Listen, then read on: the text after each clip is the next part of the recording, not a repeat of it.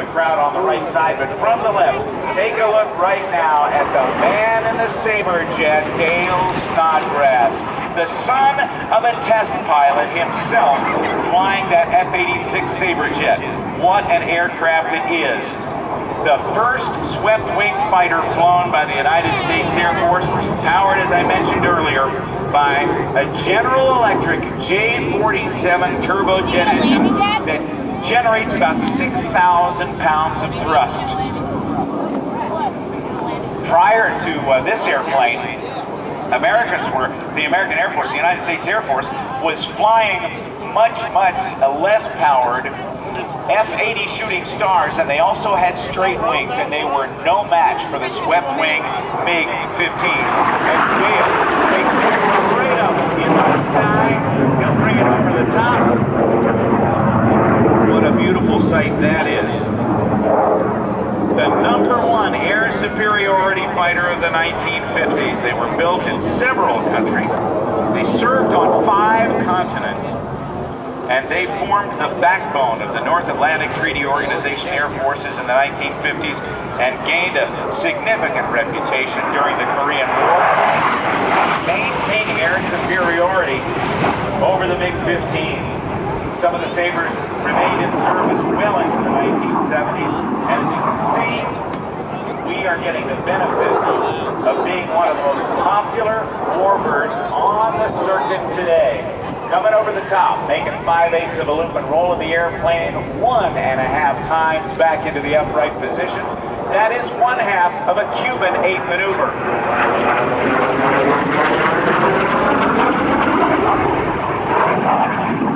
The F-86 Sabre jet was mildly supersonic in a dive.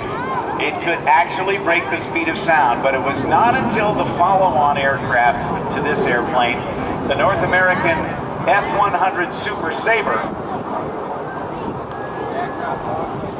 that the Air Force had an airplane that could go supersonic in level flight. Dale Snodgrass completing the Cuban 8 maneuver.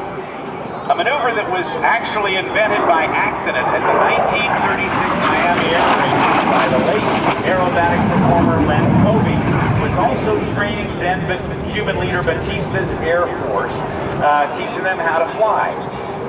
Len Kobe was flying a loop at the Miami Air Races in an aerobatic portion of the show, and up at the top of the loop he was going too fast to complete the loop safely, and so rather than making a smoking hole in the ground, he rolled out with 5/8 of a loop, did the same thing in the mirror image, just as you saw Dale Snodgrass do a moment ago, and they asked the announcer what it was. And since Len Kobe was working for the Cubans at the time, the announcer called it the Cuban 8, and the name has stuck. 6 50 caliber machine guns as Dale Snodgrass dropped, being pushed into his seat at about 7 times the force of gravity. Dale grew up on Long Island. He entered the Navy and became the man in charge of all the Navy's F-14 Tomcats for a long time.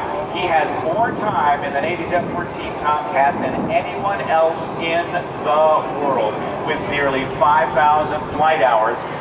As we see that beautiful aileron rolling airplane, that Sabre jet going across the sky there, has over 1,200 carrier-arrested landings. Those are the toughest.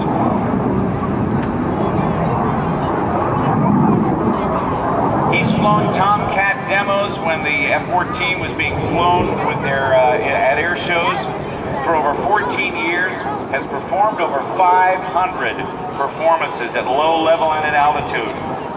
He also flies the P-51 Mustang, the F-4U Corsair, the T-6 SNJ Texan, the MiG-15, and also the Super Decathlon. He attended the University of Minnesota, graduated with a Bachelor of Science in Biology, and earned an All-American status with the University of Minnesota swim team. He set new standards as a naval aviator, and he was the first flight school graduate to be selected for the F-14 Tomcat training, and the first non-fleet experienced pilots and carrier qualified both day and night in the Tomcat. In 1985, the United States Navy selected Dale Snort Snodgrass as Fighter Pilot of the Year as the best F-14 pilot in 1986. Grumman Aerospace, the manufacturer of the F-14, named Snodgrass Tomcat of the Year. He's led 34 missions as overall striker, fighter leading 12 operational fighter, and squadron and wing tours, and earned him numerous honors, including a Bronze Star for leadership and valor. The MiG killer is what he's flying today, ladies and gentlemen. The Sabre jet, as he makes a beautiful loop in the sky. Dale Snort Snodgrass. What a demonstration of aircraft of the early jet age. Now the smoke we see coming from this airplane right now is air show smoke. It's used to allow the forms, the wooden forms, to be separated from the concrete as it dries. And since it has to be handled by human hands, watch the 4-point hesitation roll here, every 90 degrees. Now knife edge for 3 and upright. Since that oil has to be handled by human hands, it has to be environmentally safe. So it's a paraffin-based oil, and it is carried in tanks aboard these aircraft, these airshow aircraft, and injected right into the exhaust stacks. And that's how we can see the smoke. Makes it a great addition to help us see these maneuvers better all the time. Now, right down on the deck, coming through at over 500 miles per hour, doing a little sneak pass for you. Take a look. Look at this airplane coming through. Oh, boy, is that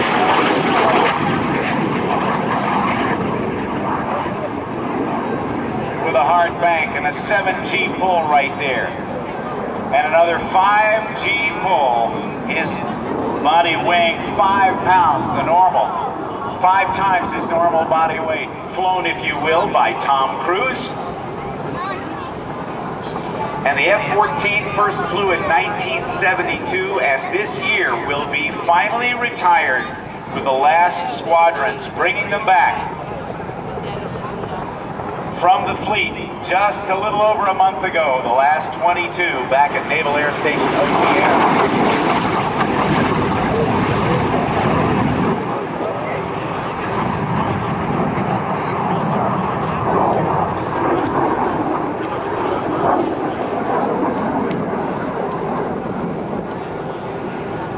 There were a number of variants of the F-86 Sabre jet, and one of them, an F-86F, I believe, the final speed record set by a Sabre in 1953 was 714 miles per hour. Even the Royal Australian Air Force F-86s were powered by Rolls-Royce Avon turbojet engines, not the original J47s, but later versions of the American-built F-86s.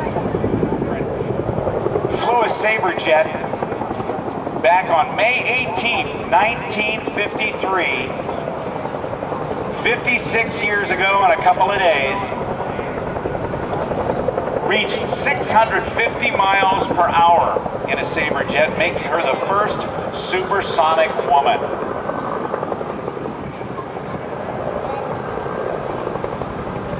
Getting ready to touch down. He's rolling out right now on the runway. Dale Snort Snodgrass, and I hope you'll give him a big round of applause.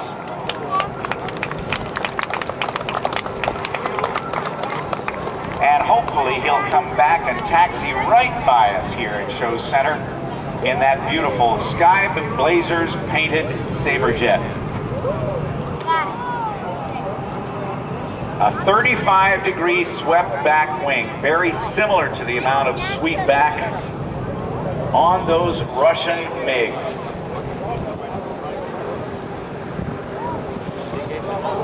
Well, Chris, as Dale rolls out, I understand you've got somebody that you'd like us to make through.